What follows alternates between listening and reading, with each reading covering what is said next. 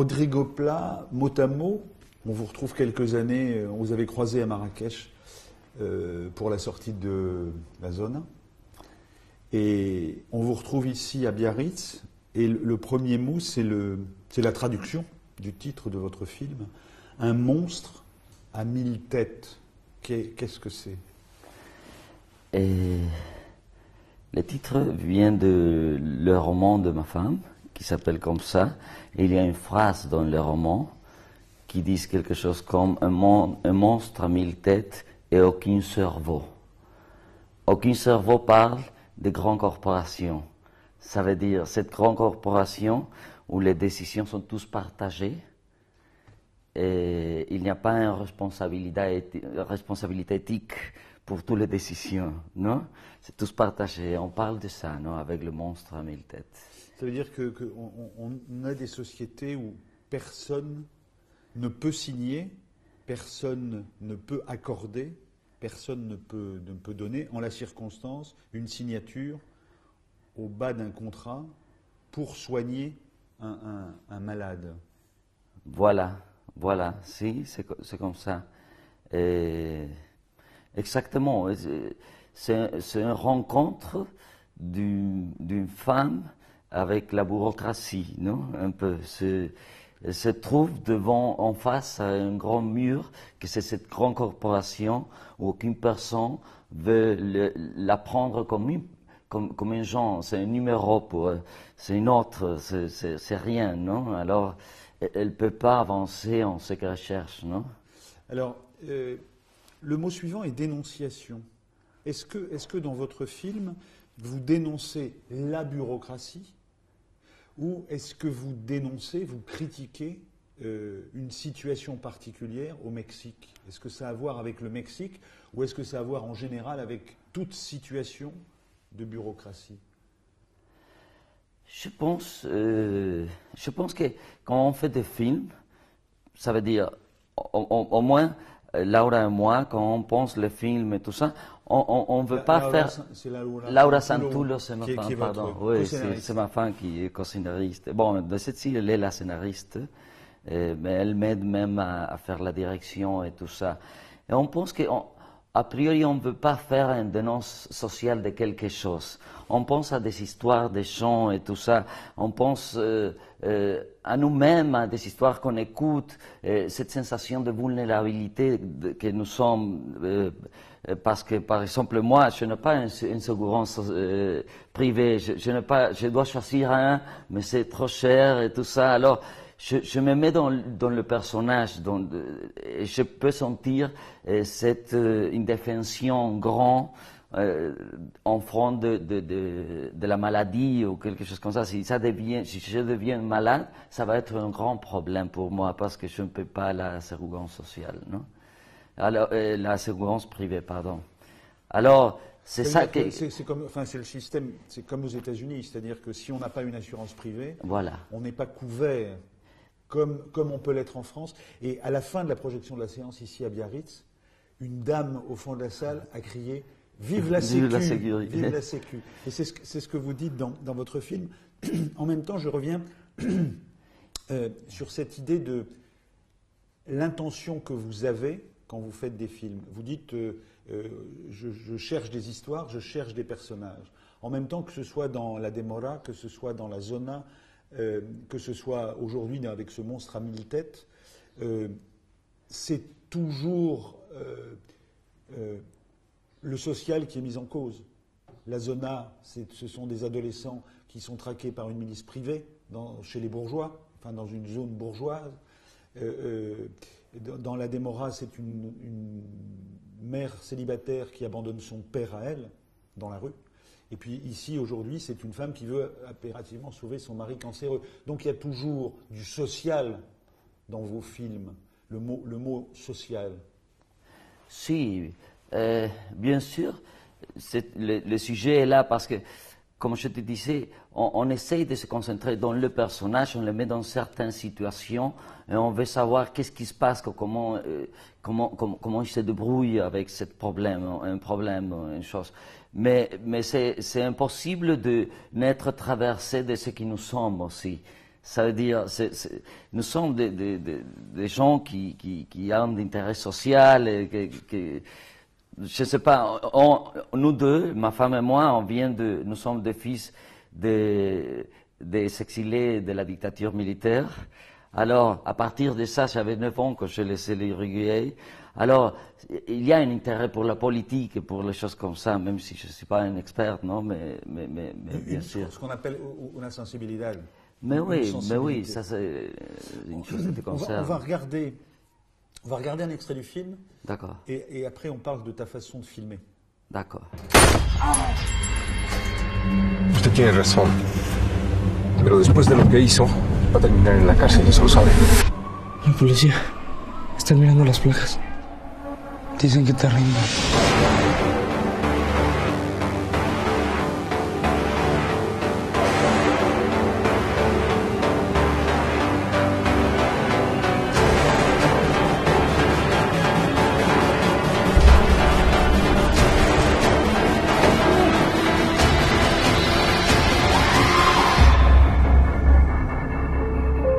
Perdóname, hijito. Todo va a estar bien. Rodrigo Pla, un mot sur la technique et notamment sur un parti pris technique cinématographique. C'est l'absence de profondeur de champ. Hein, il n'y a pas de profondeur de champ, l'expression profondeur de champ. Qu'est-ce que c'est que cette envie d'être toujours au plus près? Au plus près. On a essayé, avec la narrative de ce film, de le raconter d'une façon totalement subjective. On pense que aussi ce qu'on est, ça se fait avec le regard des autres. Oui. Un peu comme Ortega et Gasset, non, qui disait c'est moi et le contexte, ou quelque chose comme ça, je ne sais pas le traduire. La circonstance. C'est moi. Ouais. Non, moi et la circonstance. Moi et la circonstance. C'est un Moi et peu. les circonstances. Et alors, on essayait de le raconter de différents points de vue. Avec la mise en scène et tout ça, on voulait raconter l'histoire comme la mémoire. C'est un peu tergiversé, comme tu dis, c'est un peu déformé. Ça dépend de ceux qui regardent, non? Alors, différents points de vue. Différents points de vue déformés par une vision personnelle. Ça veut dire, il y a des gens il y a des gens qui sont avec elle, qui n'aiment pas, qui sont d'empathie avec elle, ou il y a des autres qui n'aiment pas la femme, non? Oh, pardon, mon français. Non, mais oui, c'est ça. Enfin, c'est-à-dire qu'on a un personnage. Dans votre film, il y a différents points de vue. On est toujours au plus près de ceux qui parlent, et le policier ne peut pas avoir la même empathie que le fils de cette. Bien sûr.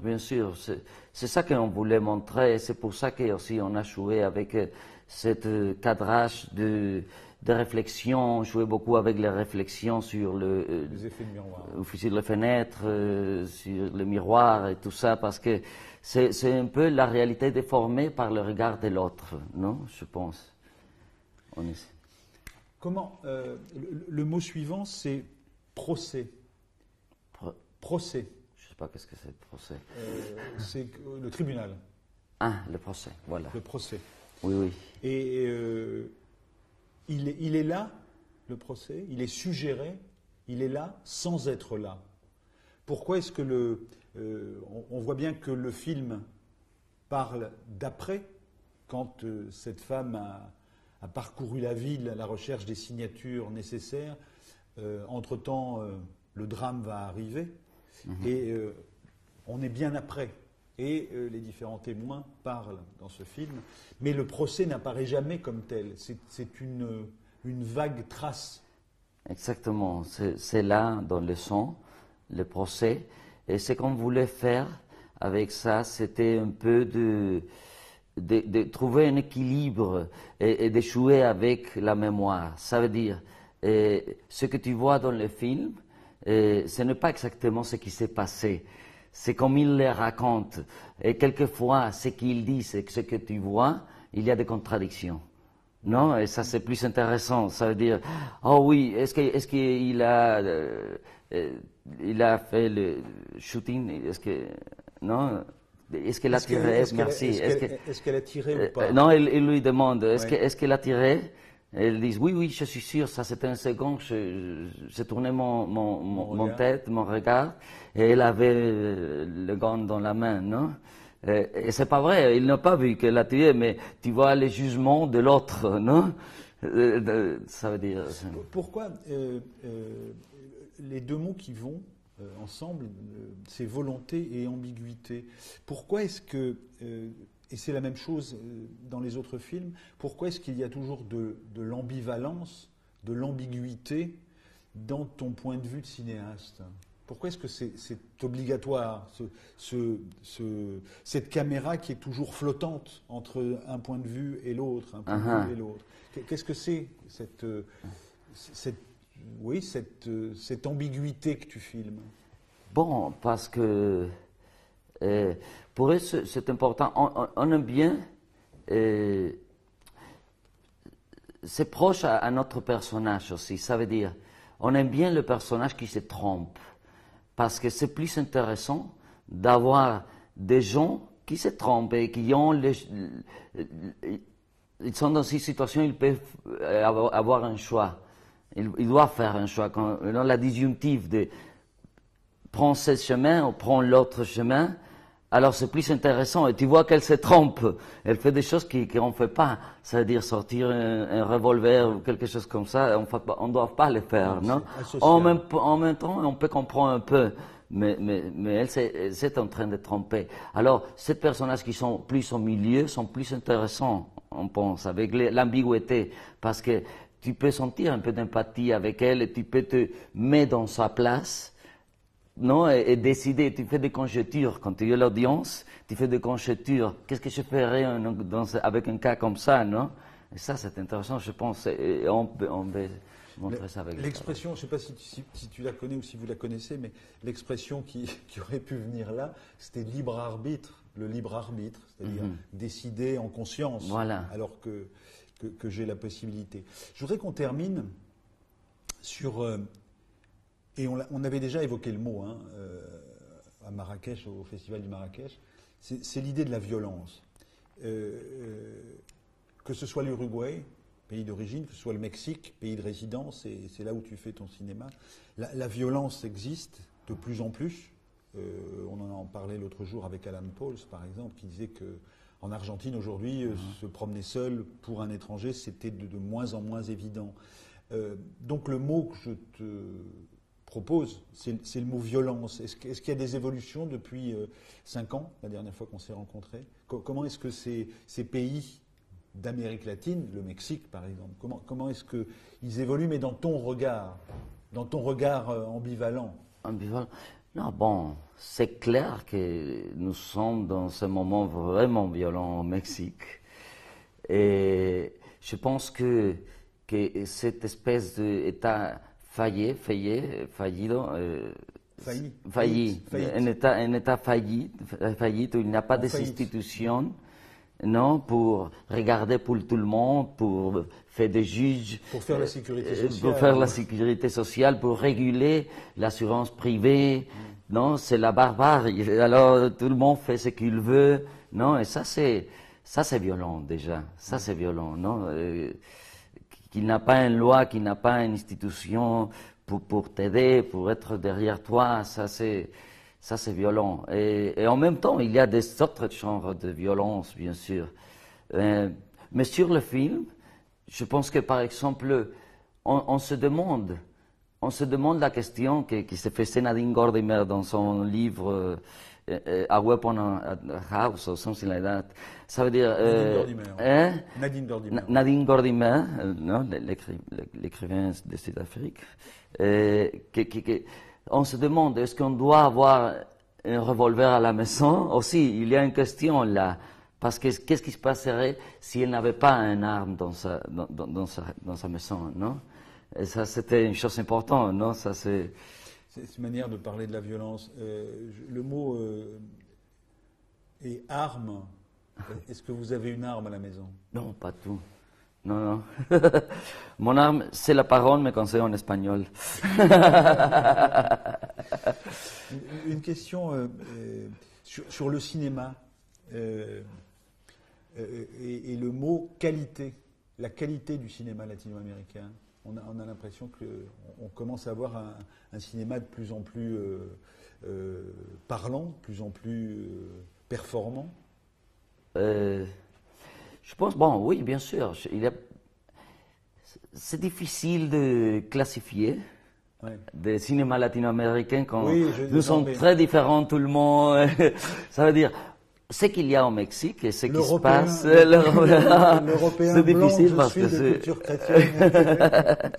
mais bien pas... sûr, ce qui se passe au Mexique, par exemple, c'est on est en train de faire beaucoup de films et très différents, avec des différents regards, qui parlent un peu de ce que nous sommes au Mexique, ça veut dire d'identité pluriculturelle et tout ça. Alors, tu peux trouver des choses vraiment très intéressantes. C'est un pays où il y a des histoires tout le temps. Je pense que dans tous les pays il y a des histoires, mais ça veut dire ils sont là. C'est un moment très tense, très difficile pour eux. Alors, je pense que la sensibilité est là et ça se passe. Et on est en train de faire, bien sûr, de bons films. Je vois mes collègues qui font des films que je ne veux pas les faire, mais je dis ça c'est très bien. Non, ça me donne des choses aussi. Alors, tu parles de collègues. Le dernier mot, pour conclure, est référence. Quelles sont tes références cinématographiques aujourd'hui ou avant, hein, sus referencias cinématographiques. Oui, bien sûr. Et littéraires. Parce que tu as cité Nadine Gordimer, par exemple. Nadine Gordimer, avec cette histoire, bien sûr. Je commence, ça veut dire, j'aime bien lire, bien sûr. Et par exemple, s'il y a des autres différences avec le changement de point de vue, comme ça se passe dans les films, c'est par exemple Antonio Lobo Antunes, l'écrivain portugais. J'aime beaucoup, c'est une chant, la prosa c'est merveilleuse. Et même en Rampamuk, je m'appelle Rouge, je ne sais pas si vous l'avez lu, qu'il change tout le temps de point de vue. Et même il y a un moment où il y a un chien dessiné, le portugais, le turc, c'est des écrivains pour moi ça. Rampamuk et Lobo Antunes, ouais. Et après, bien sûr, il y a des grands cinéastes. Bon, ici, Abdelatif Kechiche, c'est très bien, non, c'est très bien. Mais Michael Haneke, et avant, je ne sais pas, même Bergman, pour moi, c'était un génie, non, ça veut dire. C'est à partir d'un film que le Septimo Sello, le Sept Seal, The Seven Seal, non? Le septième saut. Voilà. Septième saut. Quand j'ai vu ce film, c'est que je voulais faire du cinéma, non? Après ça, c'était merveilleux. Alors, il y a des références. Bien sûr, quand je travaille, dans la méthodologie de travail, j'essaye de ne donner des exemples concrets. Ça veut dire, ça que tu me demandes, c'est mon bagage et mon expérience de vie. Mais chaque personne, chaque collaborateur a son propre expérience de vie. Alors, je laisse un espace pour la création entre eux.